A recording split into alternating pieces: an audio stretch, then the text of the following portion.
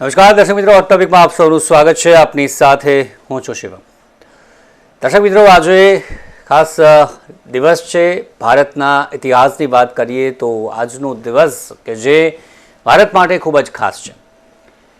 26 November 1949 આ દિવસ કે જ્યારે ભારતનું બંધારણ કે જે સ્વીકાર કરવામાં આવ્યું હતું અને ત્યારબાદ અમલમાં આવ્યું હતું. જે પ્રકારે આપણે વાત કરીએ 1950 26 જાન્યુઆરી અને ત્યારે આપણે ગણતંત્ર દિવસ તરીકે ઉજવીએ છીએ. પરંતુ તેની પહેલાં આ 26 નવેમ્બરનો દિવસ કે જે આપણે સંવિધાન દિવસ તરીકે ઉજવીએ છીએ, ભારતનું બંધારણ દિવસ તરીકે આપણે ઉજવીએ છીએ અને આપણું સંવિધાન એ આપણું ગૌરવ એ આપણે હર હંમેશ કે જે કહેતા હોઈએ છીએ. ગયા વર્ષે પણ આપણે ચર્ચા કરી હતી ભારતનું બંધારણ કે જે કઈ રીતે ખાસ છે. પરંતુ આજે ખાસ આપણે વાત કરીએ તો સંસદ ભવનમાં ખાસ કાર્યક્રમ પણ યોજાયો અને જેમાં આપણે વાત કરીએ તો 9 અલગ અલગ ભાષામાં જે અનુવાદિત જે બંધારણ છે તેનું પણ વિમોચન ખાસ કરીને કરવામાં આવ્યું છે. જેમાં રાષ્ટ્રપતિ, ઉપરાષ્ટ્રપતિ, પ્રધાનમંત્રી સહિત આપણે વાત કરીએ તો વિપક્ષ તરફથી પણ જે તમામ જે હોદ્દેદારો છે તે પણ ઉપસ્થિત રહ્યા હતા અને તેમની હાજરીમાં આજે 9 અલગ અલગ ભાષામાં જે અનુવાદિત બંધારણ કે જેનું વિમોચન કરવામાં આવ્યું છે. આ સિવાય આપણે સંવિધાનની જો વાત કરીએ તો આપણું બંધારણ એ માત્ર કાયદા કે પછી જે નિયમો તેનો સંગ્રહ નથી, પરંતુ અલગ અલગ જે આપણે બાબત જેમાં જોઈએ સાર્વભૌમત્વની વાત કરીએ, સમાજવાદની એક પ્રકારે આપણે વાત કરીએ કે પછી બિન સાંપ્રદાયિકતાની વાત કરીએ, લોકશાહી તેની વાત કરીએ, આ તમામનો એક પ્રકારે સમન્વય છે આપણું બંધારણ અને તેના જ વિશે આપણે વાત કરીશું. ખાસ બંધારણના ઇતિહાસ વિશે આપણે ચર્ચા કરીશું અને અત્યારની સાંપ્રત પરિસ્થિતિ ખાસ કરીને કેવી છે, કારણ કે રાજકારણની આપણે વાત કરીએ તો તેમાં પણ બંધારણનો ઉલ્લેખ હર હંમેશ કરવામાં આવતો હોય છે. અત્યારે પણ આપણે એક વાત કરીએ તો ચૂંટણી પંચ દ્વારા એક પ્રક્રિયા ચાલી રહી છે, તેના મુદ્દે પણ ક્યાંક ને ક્યાંક જે વિરોધના જે સૂર જે પ્રકારે ઉઠ્યા છે તેમાં પણ બંધારણનો ઉલ્લેખ જે કરવામાં આવ્યો છે. આ તમામ બાબત પર આપણે ચર્ચા કરીશું અને આ ચર્ચા કરવા માટે મારી સાથે બે મહેમાન જોડાઈ ગયા છે. સૌથી પહેલાં નિવૃત્ત જજ ડૉક્ટર જ્યોત્સના યાજ્ઞિક મારી સાથે જોડાયા છે. તેમનું સ્વાગત છે જ્યોત્સનાજી આપનું. અને કપિલ શાહ આપણી સાથે જોડાયા છે, બંધારણ વિશેષજ્ઞ. સ્વાગત છે બંનેનું નિર્માણ ન્યૂઝમાં. સૌથી પહેલાં તો બંધારણ દિવસ છે, સંવિધાન દિવસ છે. આપની પ્રતિક્રિયા સૌથી પહેલાં બંધારણ દિવસ પર દેશવાસીઓને શું કહેવા માગશો આપ? કપિલભાઈ, આપનાથી શરૂઆત કરીએ. જી નમસ્તે. સૌપ્રથમ તો નિર્માણ ન્યૂઝનો ખૂબ ખૂબ આભાર. આજે આપણા માટે વિશેષ દિવસ છે. લગભગ આજે 76 વર્ષ થઈ ગયા આપણા બંધારણને. ખાસ કરીને સમગ્ર દેશ માટે હર્ષોલ્લાસનો દિવસ છે, કારણ કે જે વખતે દેશ ગુલામીમાં હતો ત્યારે આપણને બંધારણ જેવા વિચાર આવ્યો અને આપણા દેશે લોકશાહી ઢબે 76 થી વધુ વર્ષો સુધી આપણે સફળ લોકશાહીનું સંચાલન કરી રહ્યા છીએ. અને લોકશાહી એટલે શું? તો લોકોને જેવી પસંદ છે, લોકોને જેવા લોકો ગમે છે એવા લોકો આપણા પર સત્તા કરે છે. આ જે વસ્તુ છે એ આ દેશ માટે સૌથી મહત્વની છે. એટલે સમગ્ર દેશ માટે બંધારણ જે છે એ એક મૂડી છે, આપણા માટે સૌથી મહત્વનો એક ડોક્યુમેન્ટ છે કે જેના આધારે આજે આપણે સામાન્યમાં સામાન્ય વ્યક્તિ પણ દેશના સર્વોચ્ચ પદ પર જઈ શકે. આ તાકાત જે છે આપણા બંધારણે આપી છે. એટલે આવા બંધારણનો દર વર્ષે આપણે આ બંધારણ દિન તરીકે છેલ્લા કેટલાક વર્ષથી ઉજવી રહ્યા છીએ. અને 26 નવેમ્બર 1949 ના દિવસે બંધારણ સ્વીકારાયું ત્યારે વી ધ પીપલ ઓફ ઇન્ડિયા એમાં સૌથી મહત્વનો પ્રશ્ન છે કે આ દેશના લોકોએ બંધારણ બનાવ્યું છે. કોઈ એક વ્યક્તિએ નથી બનાવ્યું, કોઈ એક સંસ્થાએ નથી બનાવ્યું. આ દેશના લોકોએ, એટલે પ્રિએમ્બલમાં લખ્યું છે we the people of India having solemnly constitute into sovereign secular democratic republic. સિદ્ધાંતના આધાર પર સામાજિકતા, સર્વભૌમત્વ, લોકશાહી, પ્રજાસત્તાક અને આપણા દેશને બિન સાંપ્રદાયિક દેશ જાહેર કર્યો. અને આજે આપણે એના કારણે આપણા દેશની અંદર સર્વોચ્ચ સ્થાને બંધારણ છે અને બંધારણે આપેલા ચુકાદાઓ આ દેશને સ્વીકાર્ય છે, જેના આધારે જ આજે રામ મંદિરનો ચુકાદો હતો અને આ સર્વોચ્ચ અદાલતે આપેલા ચુકાદાના આધારે ભવ્ય રામ મંદિરનું નિર્માણ પણ થયું. એ પણ તાકાત આ બંધારણે જ આપી છે. એટલે આજે જે કઈ આ દેશની અંદર સારા કાર્યો થઈ રહ્યા છે, ખૂબ સારી રીતે દેશનું સંચાલન, અને જો મિટ ગઈ યુનાન મિસ્ર જહાં સે કુછ બાત એસી હૈ કે હસ્તી મિટતી નહીં હમારી. તો જે હસ્તી છે એ આ છે કે આ બંધારણની તાકાત છે કે આવનારા 5000 વર્ષો સુધી પણ આપણા દેશને, તાકાતને, આપણી અખંડિતતાને કોઈ ડગાવી શકે તેમ નથી, એવું મારું માનવું છે. એટલે બંધારણ દિનની સમગ્ર દેશવાસીઓને ખૂબ ખૂબ શુભેચ્છાઓ. ચોક્કસથી. જ્યોત્સનાજી, આપ શું કહેશો? અનમ્યુટ કરજો.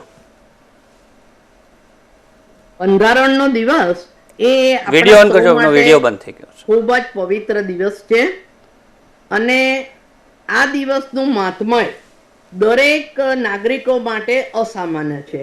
આજના દિવસે પહેલું આપણું બંધારણ રજૂ કરવામાં આવેલું અને સ્વીકારવામાં આવેલું.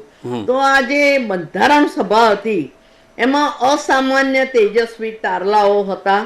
બાબા આંબેડકર સાહેબ તેના ચેરપર્સન હતા અને આ આખો ડ્રાફ્ટિંગનો જે કન્સેપ્ટ હતો એ આપણે વિવિધ જગ્યાએથી મેળવેલો.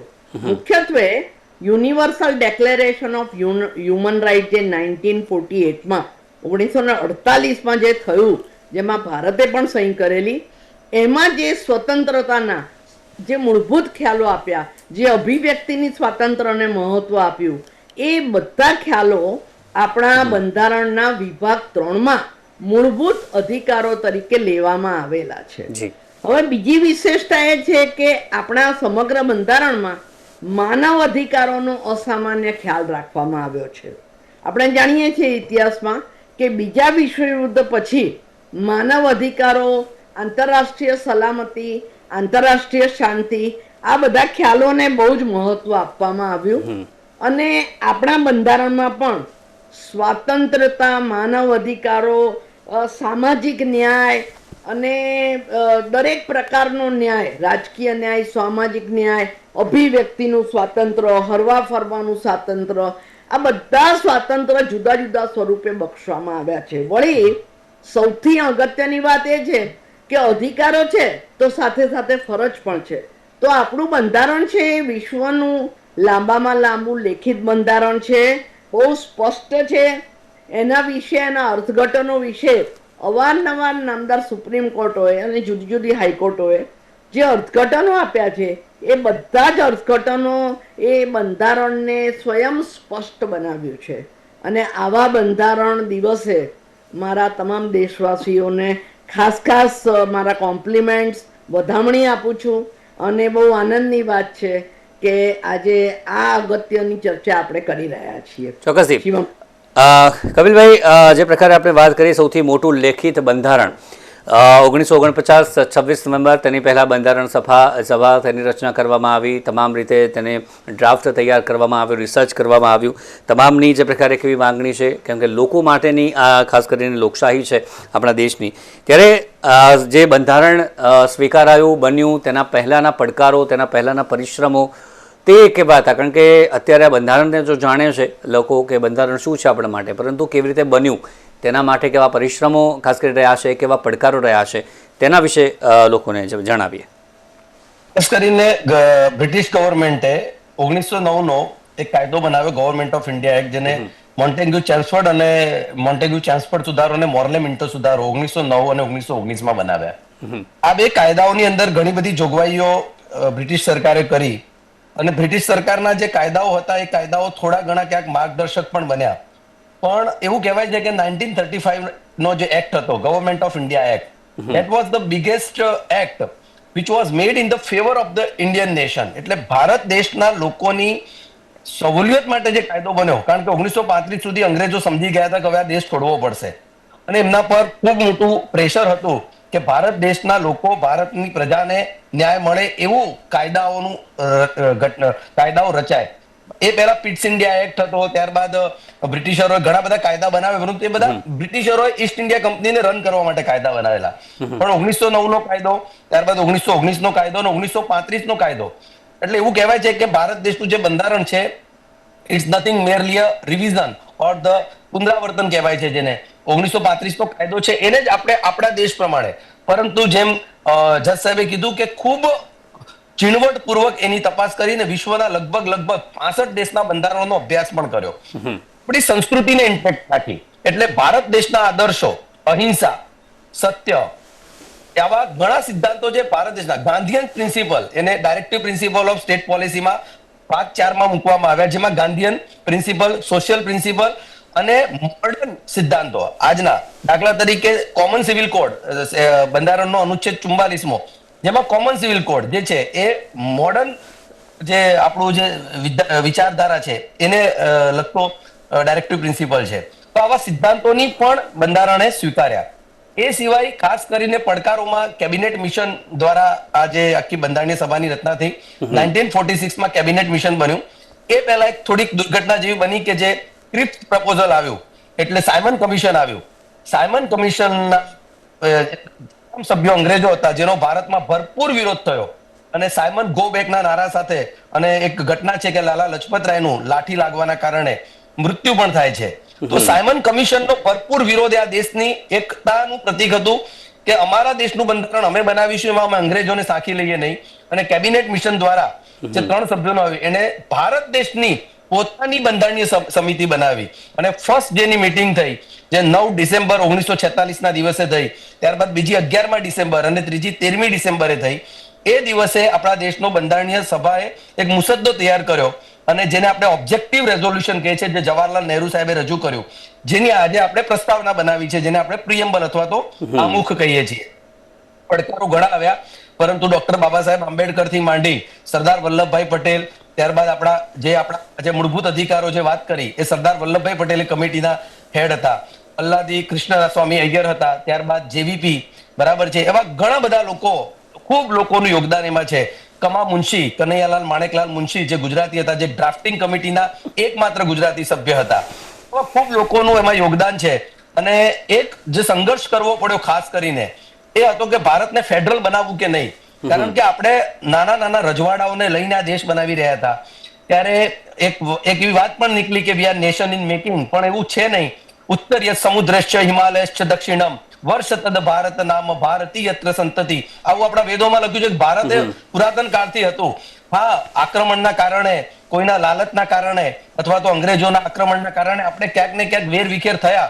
ફરીથી ભારત પુનરોત્થાન તરફ આગળ વધી રહ્યું છે અને વિશ્વગુરુ બનવાની દિશામાં આપણે આગળ વધી રહ્યા છીએ. ગઈકાલે જ પ્રધાનમંત્રીએ કીધું કે 2047 સુધી આપણે વિકસિત રાષ્ટ્ર બનવાની દિશામાં આગળ વધી રહ્યા છીએ. તો આ બંધારણની દેન છે અને આટલું સુંદર બંધારણ આ દેશને એકીકૃત કરી રહ્યું છે, જેનો મને ખૂબ હર્ષ છે.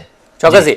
જ્યોત્સનાજી, આ મુદ્દે ખાસ શું કહેશો? જે પ્રકાર ઇતિહાસની આપણે વાત કરીએ અને હાલની જે પરિસ્થિતિની આપણે વાત કરીએ, બંધારણીય સંસ્થાઓ પર ક્યાંક ને ક્યાંક જે પ્રશ્નો અમુક વખતે જે ઉઠતા હોય છે, એના મુદ્દે આપ શું કહેશો? જે પ્રકારે બંધારણ ન્યાયતંત્રની જે સ્વતંત્રતા પર ભાર મૂકે છે, પરંતુ કાર્યપાલિકા અને સાથે જે ન્યાયપાલિકા છે આ વચ્ચેના સંબંધમાં જે ક્યાંક જે તણાવ છે તેના કારણે આ સ્વતંત્રતા જોખમમાં છે. આવા બધા ઘણા બધા સવાલો કે જે ઉઠતા હોય છે. આ બાબતમાં લઈને શું કહેશો અત્યારની પરિસ્થિતિ મુજબ? આપણા બંધારણે ઘણી મહત્વની વસ્તુ આપી, પણ એક સૌથી ઇમ્પોર્ટન્ટ આપ્યું એ લોકતંત્ર, અને બીજું કાયદાનું શાસન, વ્યક્તિનું નહીં. તો જ્યારે આ લોકતંત્ર આપ્યું ને, તો આજે જે તમે કહ્યું કે અમુક બંધારણીય સંસ્થાનો વિરોધ થાય છે, એ બતાવે છે કે આપણું લોકતંત્ર અસ્તિત્વમાં છે ને કેટલું મજબૂત છે. રાજાશાહીમાં કે તાનાશાહીમાં તમે વિરોધ કરવાની હિંમત જ ના કરો શકો, કારણ કે ફાંસીના માચર ચડવાનું જ આવે. તો આજે જે વિરોધનો સૂર પણ ઉઠાવી શકાય છે એ બતાવે છે કે આપણા બંધારણમાં જે લોકશાહીના મૂલ્યો આપવામાં આવ્યા ને એનું બરાબર જતન કરવામાં આવ્યું છે. હવે બીજી વાત એ રહી કે બંધારણીય સંસ્થાઓ વિશે ક્યારેક તો જ્યાં પેલું છે કે એક કવિ ત્યાં એક કલ્પના, એટલે જ્યાં કોઈ વ્યક્તિ હોય, વ્યક્તિનું સમૂહ હોય તો વિચારભેદ રહેવાનું, અને ક્યારેક મનભેદ પણ હોય, પણ વિચારભેદ એ લોકતંત્રની પાયાની વસ્તુ છે. તો જયારે વિચારભેદ હોય ત્યારે કોઈ એક વ્યક્તિની કામ કરવાની પદ્ધતિ સામે બીજી વ્યક્તિને કંઈક ફરિયાદ હોય તો એ ફરિયાદને હું એવું નહીં કહી શકું કે બંધારણીય સંસ્થા આખી ચેલેન્જમાં છે. એ એટલું જ કહી શકાય કે એ હમણાં ચર્ચાસ્પદ બન્યું છે, પણ આવી ચર્ચાઓ તો વર્ષોથી જુદી જુદી સંસ્થાઓની ચાલ્યા જ કરે. ખરેખર એને ચર્ચા કયા કરતા એને લોકશાહીની સ્ક્રુટીની, લોકશાહીનું ઓડિટ કહીએ તો એ કદાચ વધારે વ્યાજબી મને લાગે છે. બીજી વાત એ કે ન્યાયપાલિકા છે એનું પોતાનું આગવું અસ્તિત્વ છે એવું બંધારણમાં લખ્યું છે આર્ટિકલ 50માં કે જે ન્યાયતંત્ર છે એ સ્વતંત્ર છે, માટે એને અને એક્ઝિક્યુટિવને કોઈ કોન્ફ્લિક્ટ હોવાનો કે એને કે કાયદા મેકર્સને કોઈ કોન્ફ્લિક્ટ હોવાનો પ્રશ્ન જ અસ્થાન છે, કારણ કે બંનેનું પોતપોતાનું વ્યક્તિગત આગવું અને જુદી રીતે ઓળખી શકાય એવું અસ્તિત્વ છે. એટલે કોઈનું અસ્તિત્વ બીજી એક સંસ્થાથી જોખમમાં છે એવું માની ના શકાય. ક્યારેક વાણી સ્વાતંત્ર્યનો ઉપયોગ કરીને કોઈ વ્યક્તિ એવું પણ કહે, પણ એ બહુ માનવાને પાત્ર લાગતું નથી. એટલે એ વાત પણ બહુ દમ વગરની છે કે ન્યાયપાલિકા અને એક્ઝિક્યુટિવને કોઈ કોન્ફ્લિક્ટ છે. હા, મતભેદ હોઈ શકે. ન્યાયપાલિકાનો હંમેશા એનાલિસિસ ની દ્રષ્ટિકોણ જુદો હોય, એક્ઝિક્યુટિવ્સનો જુદો હોય અને કાયદા મેકરનો ત્રીજો હોય, પણ જુદો દ્રષ્ટિકોણ એ ઝઘડો નથી એવું મને લાગે છે. શિવમ, ચોક્કસથી. કપિલભાઈ, જે મૂળભૂત અધિકારોની આપણે વાત કરી, ફરજોની આ તમામ મુદ્દે વાત કરી, અત્યારે હાલ આપણે વાત કરીએ તો મૂલ્યોનું કેટલા પ્રમાણે પાલન થઈ રહ્યું છે? કારણ કે રાજકારણમાં અત્યારે આપણે છેલ્લા ઘણા વર્ષોથી જોતા આવ્યા છીએ, કોઈ પણ હોય તો તેમાં વિરોધમાં બંધારણનું ઉલ્લંઘન થઈ રહ્યું છે. હાલમાં જે ચૂંટણી પંચ દ્વારા પ્રક્રિયા શરૂ કરવામાં આવી છે SIR, તેમાં પણ આ મુદ્દો જે બંધારણને લઈને ખાસ કરીને ઉઠાવવામાં આવ્યો છે. ગોપનીયતા પર સવાલ ને એવા ઘણા બધા સવાલો તેમના દ્વારા આમાં મૂકવામાં આવ્યા છે. આ તમામ અત્યારની પરિસ્થિતિને લઈને જે સવાલો ઉઠી રહ્યા છે, જે ઉઠાવી રહ્યા છે સવાલો, એના મુદ્દે શું કહેશો? ખાસ કરીને સંવિધાનનો અનુચ્છેદ 324 છે, એ 324 ઇલેક્શન કમિશન ઓફ ઇન્ડિયાને એક સ્વતંત્ર સંસ્થા બનાવે છે. અને અનુચ્છેદ 324 તમે વાંચો તો તમને ખ્યાલ આવે, લખ્યું છે the preparing the electoral roll is the primary responsibility of the election commission of India. What is preparing the electoral rolls? Electoral rolls એટલે કે દરેક વ્યક્તિની એક ઇલેક્ટર તરીકે યુનિવર્સલ એડલ્ટ ફ્રેન્ચાઇઝ છે, આર્ટિકલ 326. 18 વર્ષથી ઉપરના દરેક વ્યક્તિને પુખ્ત મતાધિકાર છે. હવે દરેક વ્યક્તિ 18 વર્ષની ઉંમરે રજીસ્ટર તો થઈ જાય છે, એ જવાબદારી પણ ઇલેક્શન કમિશનની છે. એ 18 વર્ષની થાય પછી સમજો કે મૃત્યુ પામે છે, તો એ કઢાવવાની ફરજ જે છે એ પોતાની નાગરિકની છે. પરંતુ ક્યાંક ને ક્યાંક આળસના કારણે અથવા તો જઈ શકાય કે એક પ્રકારની ડિસ્કેર કહી શકાય, આ પ્રક્રિયામાં કોઈ ભાગ લેતું નથી. અને આવી વર્ષોથી 2002 કે પહેલાથી ઇલેક્ટોરલ રોલ જૂના ચાલ્યા આવે છે. હમણાં મને એક બીએલઓ સાથે વાત કરતા ખબર પડી કે ભાઈ 128 વર્ષના થઈ ગયા છે ચૂંટણી કમિશન પ્રમાણે, એટલે હજુ એ જીવે છે.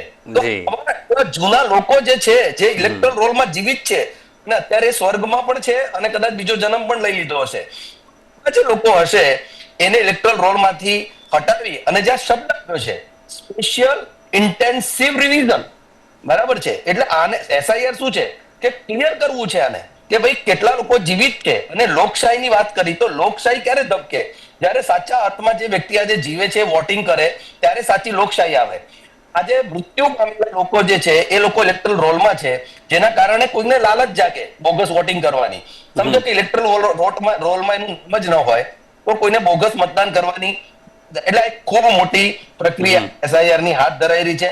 ચોક્કસ રાષ્ટ્રની સેવા કરવાની, અને જ્યારે આવો કોઈ મોટી વાત આવે ત્યારે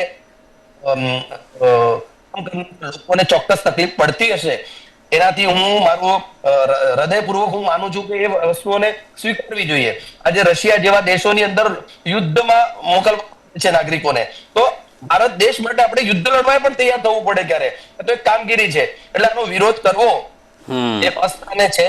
આ ઇલેક્શન કમિશનનો પ્રોરોગેટિવ છે, આ એમનો એબ્સોલ્યુટ પાવર છે. હા, એના કદાચ એની પદ્ધતિ વિશે અથવા એની ટાઈમલાઈન વિશે ક્યાંક ચર્ચા કરી શકાય, એમાં કઈ વાંધો નથી. પરંતુ જો એબ્સોલ્યુટ ત્યાં થવું જ ન જોઈએ, આવી ચર્ચા જો કોઈ કરતું હોય તો એ પોલિટિકલી મોટિવેટેડ હશે. બાકી ભારત દેશના સંવિધાનમાં ઇલેક્શન કમિશન ઓફ ઇન્ડિયાને અધિકાર આપે છે. As a returning officer collector એનું નિર્વહન કરે છે. અને BLO કક્ષાએ જે કામગીરી થઈ રહી છે, આજે દેશની અંદર ખૂબ સારી કામગીરી અને આશીર્વાદ મળવાના છે. કારણ કે આજે જે BLO કામગીરી કરી રહ્યા છે, આવનારા 50 થી 100 વર્ષની આ દેશની સેવા કરી રહ્યા છે. જે ખોટા મતદારો છે આમાંથી નીકળશે. અને હું તો કહું છું કે દરેક BLO એ આ કામગીરી રાષ્ટ્ર ધર્મના મૂળભૂત ફરજના ભાગરૂપે કરવી જોઈએ, દિલથી કરવી જોઈએ. અને દરેક નાગરિકની જવાબદારી છે. આ જવાબદારી કાલે મને સોંપવામાં આવે તો હું પણ આ જવાબદારી નિભાવવા માટે તૈયાર છું. કારણ કે આ રાષ્ટ્રની કામગીરી છે. અને આમાં જો કોઈને વાંધો હોય તો એ પોલિટિકલી કદાચ એમના વોટનું કેલ્ક્યુલેશન નહીં સેટ થતું હોય. અધરવાઇઝ આ કામગીરી બહુ મોડી થઈ રહી છે. હું તો કહું છું 10 વર્ષ પહેલા કામગીરી થવાની જરૂર હતી, પરંતુ દેર આય દુરસ્ત આય. આ રાષ્ટ્ર માટે પુનરુત્થાનની અને હકીકતમાં ઇલેક્ટરલ રોલની સફાઈની કામગીરી છે. આ સ્વચ્છ ભારત અભિયાનનું વન અભિયાન છે, એવું હું કહેવા માંગુ છું. ચોક્કસથી સમયનો અભાવ છે. અંતમાં જ્યોત્સનાજી અને કપિલભાઈ બંનેથી એક સવાલ, નવા પડકારો ખાસ કરીને વાત કરીએ તો અત્યારનો ડિજિટલ યુગ છે ખાસ, તેની આપણે વાત કરીએ અને તેની સાથે ડેટા પ્રાઇવસી છે, ડિજિટલ યુગ છે, તેમાં આર્ટિફિશિયલ ઇન્ટેલિજન્સની પણ અત્યારે ખાસ કરીને તેનો પણ જમાનો છે. ત્યારે આ તમામ જે આધુનિક પડકારો છે તેનો પણ સામનો કરવાનો છે. ત્યારે તેમાં શું નવા જે મૂળભૂત અધિકારો આપણે વાત કરીએ, ફંડામેન્ટલ રાઇટ્સ, તે ઉમેરવાની કોઈ જરૂર છે આગામી સમયમાં સુધારા વધારાની? જો આ બાબતમાં આવે તો તેની કેટલી જરૂર છે? જ્યોત્સનાજી, આપનાથી શરૂઆત કરીએ જલ્દીથી. હું કહીશ કે સંપૂર્ણ સાક્ષરતા, દેશનો એક વાસી સંપૂર્ણ સાક્ષર હોય એટલે એટલીસ્ટ મિનિમમ ગ્રેજ્યુએટ હોય, 7મું પાસ, 6ઠું પાસ, 4થું પાસ નહીં, અને સ્કૂલનો ડ્રોપ આઉટ રેટ આપણે ઘટાડી શકીએ તો આ જે બંધારણ છે, લોકતંત્ર છે, એને બહુ જ અસરકારક રીતે એનો લાભ આપણે મેળવી શકીશું. એટલે મારી દ્રષ્ટિએ સૌથી મોટી ચિંતા આ છે. અને બીજી ચિંતા છે ગરીબીની, કે ઘણા ગરીબ લોકો છે, ઘણાને ખાવાના સાંસા છે, એ વિશે પણ કંઈક વિચારવાનો સમય પાકી ગયો છે એમ મને લાગે છે. જી કપિલભાઈ, એ જ ડિજિટલ યુગ, એના લઈને વાત કરીએ કે એના મુદ્દે નવા પડકારો ઘણા બધા છે, તો તેમાં શું ફેરફારો આપની દ્રષ્ટિએ? આર્ટિકલ 19 માં વાણી સ્વતંત્રતાની વાત કરેલી છે અને honourable supreme court of India વખતે એનું પોતાનું ઓબ્ઝર્વેશન દ્વારા એક્સપાન્શન કરી રહ્યું છે. પરંતુ આપણા દેશની અંદર હવે બંધારણ લઈને યુવાનોની અંદર જાગૃતિ ફેલાવવાની એક જરૂર છે. એટલે દરેક યુવાનને કાયદાના વિશે જ્ઞાન હોય. એટલે જેમ ક્યાંક ને ક્યાંક આપણે જોઈએ છીએ કે રામ કથા થાય છે, ગાંધી કથા થાય છે, એમ મારી ઈચ્છા એવી છે કે હવે દરેક યુનિવર્સિટી કોલેજમાં બંધારણ કથા થવી જોઈએ. અને જે બંધારણ એક્સપર્ટ છે એને યુવાનો સમક્ષ બંધારણની વાત મૂકવી જોઈએ. જે ઓનરેબલ જજીસ છે, રિટાયર્ડ જજીસ છે, જે ડિસ્ટિંગ્વિશ લર્નર, જે આપણા એડવોકેટ હોય છે, એ લોકોએ આવી વાતો યુવાનો સમક્ષ મૂકવી જોઈએ અને બંધારણ શું છે, આ દેશનો કાયદો શું છે એની સમજણ આપવી જોઈએ. તમારા અધિકાર શું છે, સાથે સાથે ફરજ શું છે, જેથી કરીને આજનો યુવાન ભટકે નહીં. અને બાકી જેટલી સમસ્યાઓ આ દેશની અંદર છે એનું નિવારણ બંધારણમાં સમાહિત છે. માત્ર ને માત્ર એના યોગ્ય ઇમ્પ્લિમેન્ટેશનની જરૂર છે. એક્સપાન્શન કરતા હું માનું છું implementation is more important nowadays. અને બંધારણની શુભકામનાઓ, દિનની શુભકામના દેશના સમગ્ર દેશવાસીઓને હું ફરીથી આપું છું. અને નિર્માણ ન્યૂઝના સુંદર ડિબેટ માટે ખૂબ ખૂબ ધન્યવાદ. ચોક્કસથી આપે જે વાત કરી કે લોકો સુધી પહોંચે, લોકો જાણે, એના માટે જ્યોત્સનાજી, અંતિમ સવાલ આપને, શિક્ષણ પ્રણાલીમાં તેને ઉમેરવાની કોઈ આપને જરૂર, તેમાં કોઈ ફેરફારો થવા જોઈએ કે જેથી ફરજો પ્રત્યે જાગૃત થાય નાનપણથી, સ્કૂલ લેવલથી જ? આપનો જવાબ. આમ બંધારણ એકંદરે આમ વ્યક્તિ માટે સમજવું અઘરું છે. એટલે હું પોતે વ્યક્તિગત રીતે એવું માનું છું કે નોટ ઓનલી સ્કૂલ, કોલેજ, કોઈ પણ સ્ટ્રીમ ભણો એમાં બંધારણ ફરજિયાત હોવું જોઈએ. પણ આ સ્કીટ સ્વરૂપે ભણાવવામાં આવે, ચિત્ર સ્વરૂપે, વિડીયો સ્વરૂપે ભણાવવામાં આવે તો છે ને એ કાયમ યાદ રહી જાય. Seeing is believing. એટલે એ એક મૂળ આપણા અભ્યાસમાં ખાસ એડ કરવા જેવો છે. અને બંધારણનો વિષય એ વોલેન્ટરી વિષય નહીં બનાવતા, એને કમ્પલસરી વિષય કરવો જોઈએ દરેક પ્રકારના અભ્યાસક્રમોમાં. અને જો એમ કરવામાં આવશે તો મને એમ લાગે છે કે બંધારણનું બેઝિક નોલેજ લગભગ બધાને હશે. આજે આમ તો આટલા સમયમાં આપણે બેઝિક નોલેજની જ વાત કરી શક્યા છીએ, તો એ નોલેજ લગભગ બધામાં આવી જશે એવું મને લાગે છે. ચોક્કસથી. તો દર્શક મિત્રો, સંવિધાન દિવસ અને તેના મુદ્દે ખાસ આપણે વાત કરી આજે કે શું ફેરફારો ખાસ કરીને આપણે અત્યાર સુધી આપણે વાત કરીએ તો થયા છે, અને આગામી સમયમાં કયા કયા જે વાત છે કે જે ચિંતાજનક છે આપણા દેશ માટે, તેની ખાસ કરીને ચર્ચા કરી. અને આપણું જે બંધારણ છે તેની ખાસ કરીને આપણે વાત કરી કે દર વર્ષે 26 નવેમ્બર આપણે તેને ઉજવીએ છીએ. અને એક પ્રકારે સમાજવાદની વાત કરીએ, સાર્વભૌમત્વની વાત કરીએ, બિનસાંપ્રદાયિકતાની આપણે વાત કરીએ, આ તમામ, અને સાથે જે લોકશાહી અને ગણતંત્ર હોવાની જે ઓળખ જે આપે છે એ આપણું બંધારણ, અને દરેક નાગરિકને ન્યાય, સ્વતંત્રતા, સમાનતા અને બંધુત્વ જેની ખાતરી આપે છે તે આપણું જે બંધારણ, અને તેનો આજનો દિવસ ખાસ તેના મુદ્દે ચર્ચા કરી. મારી સાથે જોડાયા જ્યોત્સનાજી અને સાથે જ કપિલભાઈ, બંનેનો આભાર આ ચર્ચામાં જોડાયા તે બદલ. Thank you very much. તો દર્શક મિત્રો, હાલ હોટ ટોપિકમાં બસ આટલું જ. ફરી મળીશું નવા મુદ્દા સાથે. રજા આપશો. નમસ્કાર.